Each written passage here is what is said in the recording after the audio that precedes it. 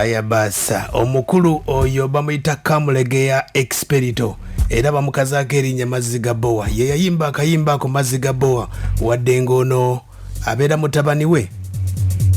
bamuyita Ronald Alimpa. Ronald Alimpa yaddamu akayimba ako Maziga Bowa yakakolewa producer gwe bayita Bowa. Naye nga mu kusookera ddala ndafunye emboozi ku mukulu ono yasobodde okuba ate nga atubuulira yategeeza nti kojja woono omuyimbi gwe bayita Ronald Alimpa. Ayaya Alimpa soko nyimbiremu amakayimba kawajja kukojjaawo. Jessica mwana wa nnyabo kulika emugga wadde Sega Bowa mpaako nyweko obwedda ndi mu kkubo mami nkulinda. Akayimba kaako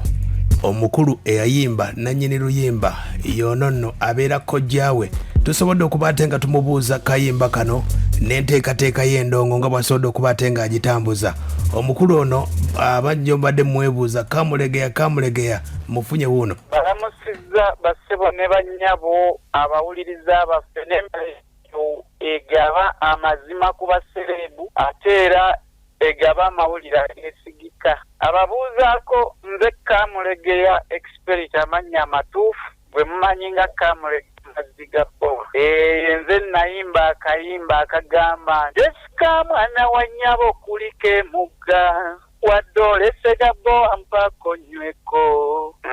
Akayimba ako nze nakakuba. Ndowooza owulidde emboozi ekyagenda mu maaso. Namubuuzizza kayimba kano twawulira omukulu Ronald Alimpa nga ayimba akayimba kano biwulire ggwe olabe. Akayimba ako nange nakawuliranga nga gwe bw'okawulira. Omanyi mu nsi tewali kinyiza nga muntu kuddira ekintu ky'olina akitwala nga tokitegedde. Era nasooka ne nyiiga nnyo nti oluvannyuma ngenda okunoonyereza ku muntu eyatwala oluyimba ne nkizuula nga ye Alimpa Ronald. Alimpa Ronald aba mutabani wange nze namujja ne mu kyalo ne mutwala e Kampala nga nfunyeyo muganda wange mukwano gwange eyaŋŋamba leetayo muganda wo ayiga okukanika mu galaji yange y'emmotoka. Kati Alimpa yali muto, yali alina emyaka ndowooza 11. Alimpa gwe natwala kuba yali anjagala nnyo nnyo nga kojjaawe. Kati then twayawukana nze ne ŋŋenda nayingira poliisi ye nasigalayo mu galaji ne batandika otugabanga mu bitundu ebyenjawulo ne tutaddayo kuwuliziganya. Kyemmanyiko nti mu galaji yatuuka nalemererwa n'avaawo kuba yali mwana wa fujjo nnyo ng'era omanyi emyaka eyo. Ndowooza owulira tuli ku mboozi ya Kamulegeya Expedito eyayimba Maziga Bowa era bamukazaako n'oluyimba lwa Maziga Bowa. Namubuuziza ku luyimba luno omukulu ono akuwa kasente oba wamusonyiwa nti akayimba ensonga zaali bwe ziti. Ku luyimba lwa Maziga Bowa bwe munoonya tumufuna yaŋŋamba kojja ekyamazima nali siina kyakukola ku bbanga lye nali mbonyeebonye okuggyako okuwaayo oluyimba lwaffe oba ennyimba zaffe then ne bwe bandizudde amazima oluvannyuma bandibadde tebakyanta kubanga nali mmaze okukola ekimu. Naŋŋamba naye mbadde nkusaba okuva lw'otanjagaliza kubonaabona olubereberye na kaakati kkiriza tonziza mu kubonaabona oluyimba luleke kasita bwe nfunamu naawe osobola okufunamu. Ekituufu okusinziira bwe twayogera Alimpa abadde ku yali sente nga obedde bakyalisonika kakati nebamwanga kasooka promoti ina akasente nti kani kojja tugenda kukwatagana nawe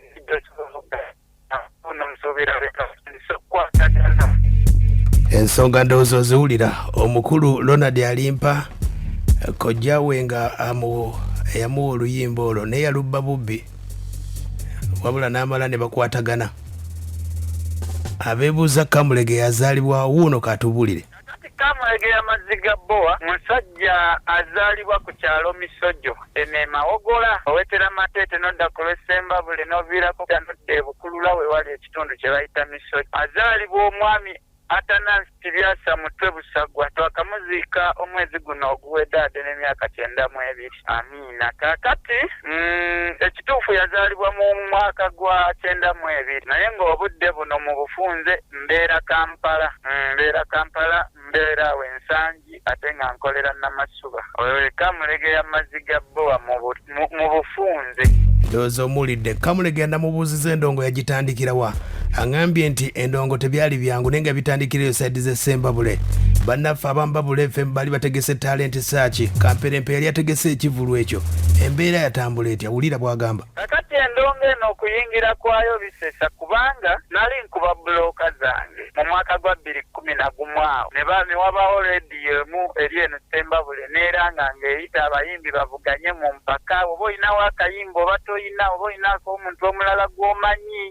era kamperempe yategeka awo kakati we nali nkubira bulooka lyali kkubo ng'aliwo omuwala bamuyita Jessica nga ava ku luzzi naye engeri gy'ekaaba nga akasana akangi nga ntera nnyo mmusaba amazzi ng'ava ku luzzi era nga njala akadomola akatini k'amayimbu tekamusumbuwe kusumulula ku ggaali kakati kwolwo ne musaba amazzi ekyo yakyali kingi naŋŋamba gano tojja kusobola ganyo sigeegali gano ga bbowa konye ne mugamba wadde olese ga bbowa mpaako nyweko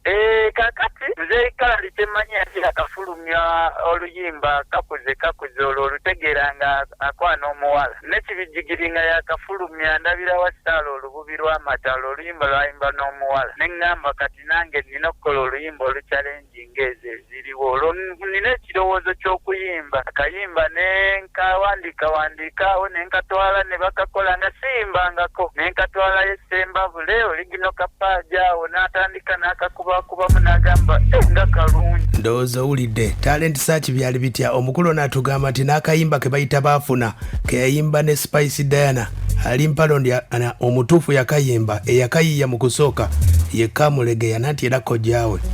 akayimba ke bayita baafuna ke muwulira Spice Diana kayimba n'alimpa era omukono gwa kojjaawe Kamulegeya omukulu wuuna ngamba naye tulinayo empaka wano jangu tukuwandiise waddozere kati awo newandiisa empaka zagenda okuggwanga mu kadongo kamu nze empangudde nenkomawo newuufa nensanyuka nnyo okuyimba nensikirizibwa ate bwegattako obuzina bwe nali nnina obwekirogo neŋŋamba kirabika binyuma nentandikira awo okuyimba wabula nafunamu okusomoozebwa wakati awo abatukozesa nze nali simanyi ndongo nga manyi abayimbi babeera mu bulamu bwakweyagala buli kadde babeera mu masanyu ngenda okutuuka ng'endongo eringa maje muganda ng'oli agamba katutegulaawo ku buyumba bw'obumyawo musulaawo ate kasita kuno tekuli loogi mujja kigumira ate embalamu ng'ewaka olwo nali mmaze ozimba y'akayumba neŋŋaba bino ebyokusula mu buyumba bw'obumyu naabisobola ate ogattako mukama wo keera ku makya n'agamba endongo yasaze sente ow'ebyuma azitutte oba tumwadde mwagala tuzibawo ebyuma mugende nga temulina muyimbise emimwa mutubuulire kati awo endongo nenyigamu kwe kuwandika akayimba kali kukolera baafuna kuba nakolako ne disiko ya Kamada nenkolako ne Omulande yandombolo mu biseera ebyo naye nga batugamba owa disiko yatutte ssente kuba tuba singa tetumuwadde n'abo wano tetwandisuse ngamba kati ffe tukolerera baafuna naye mukama yanditujunye ensi okukyuka n'omunaku n'aganyolwako muntu yoze kati era amazzi ga bbowa nali wakuzzaako akayimba tukolerera baafuna mukama wanditujunye ensi okukyuka n'omunaku n'aganyolwako omuntu yoze naye alina yayongerwako kati kekolona tikeyayimba ne Spice Diana ndowooza owulidde si byange muyinza ogamba ate ffe omukulu Kamulegeya era kojjaawe wadde yakoppa kojjaawe naye amazima amatuufu mulina okugamanya so omukulu ono gwe bayita Kamulegeya yasobodde okuba ate nga yatubuulidde akadde kano endongo nga bw'asobodde okuba ate nga agitambuza tukyeyongera naye mu mboozi ye omukulu Kamulegeya wulira naye oluvannyuma wakati awo olwo gye yayagala okuyimba nga lutalo wadde yali muto nga tonnasobola bulungi kuyimba ne mugamba akakayimba tusobola okukakola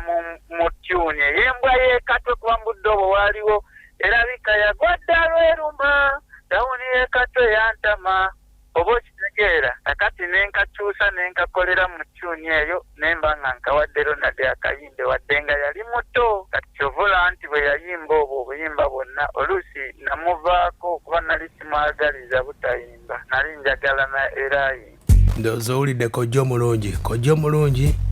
mutabani wamulekera ebintu era ntegeeza akadde kano endongo agikwiramu Sauti Band ey'omukulu gwe bayita Jovan Luzinda akadde kano gurupu gye nnyimbiramu bagiyita Sauti Band ey'omukulu Jovan Luzinda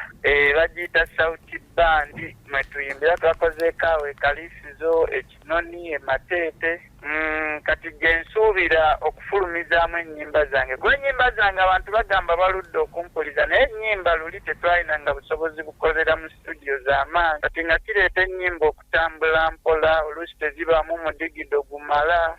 naye nga ebiseera ebisinga mbadde nsigala mpandiika ennyimba era abayimbi bangi bempadde ennyimba ab'amannya n'abataka era nakati omuyimbi yenna ng'ayagala oluyimba olulungi olusobola okusigalawo kuba ennyimba zange studio zaali nafu naye okuva olwo ennyimba obuyimba bwange bwonna nabulikoodinga 2011 naye bukulaga nti buzze bulwanalwana mpaka kategeeza ebigambo ebigumu bitera okuwanga ndowooza omuwulidde Kamulege yakutegeeza g'oba onoonya kuwandiikira ennyimba wabula antegeezaako nti waliwo omuyimbi gwe yawa oluyimba naye ennaku zino atambula ennyimba zaziyimba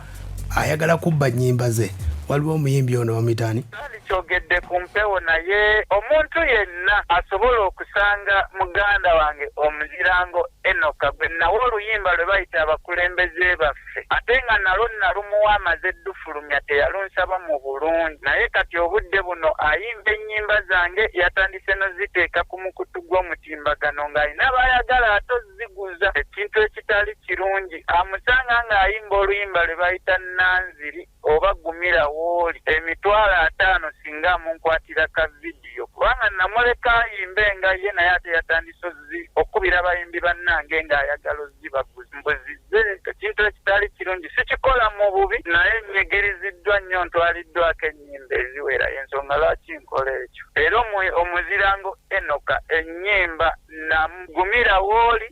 ne Nanziri si nnyimba ze n'abakulembeze nalumulekera butagala kukola ntalo ekyo banansonyiwa aya basi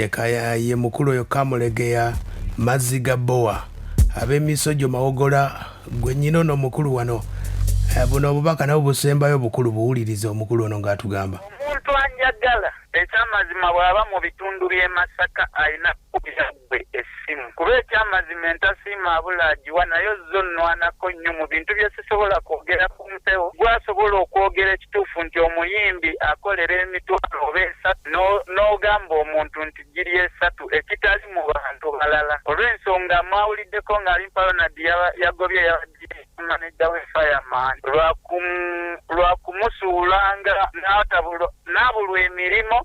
ng'amugamba ssente nnyingi z'atayimbira kale kaseera abantu ate najja n'agamba Ronald ssente ntono z'atasobola kukolera eri ng'ayogera nnyingi nti omuyimbi ayagala $2 oba $1.5 ate nga bagamba Ronald nti bakuwa $3 oba 5 kati n'awunzika nga tafunye bamwagala abamwagala tebamufunye kati omulimo ne gufa nga bamanya kaseera ate naye n'atakola ng'amanyi bamuseera kati ate gwe kyekintu tekikumanyiimu omanyi omulembe guno obwerufu kyekikulu ate amazima bugagga gwe wekkasobola okunkwataganyiza abantu b'e Masaka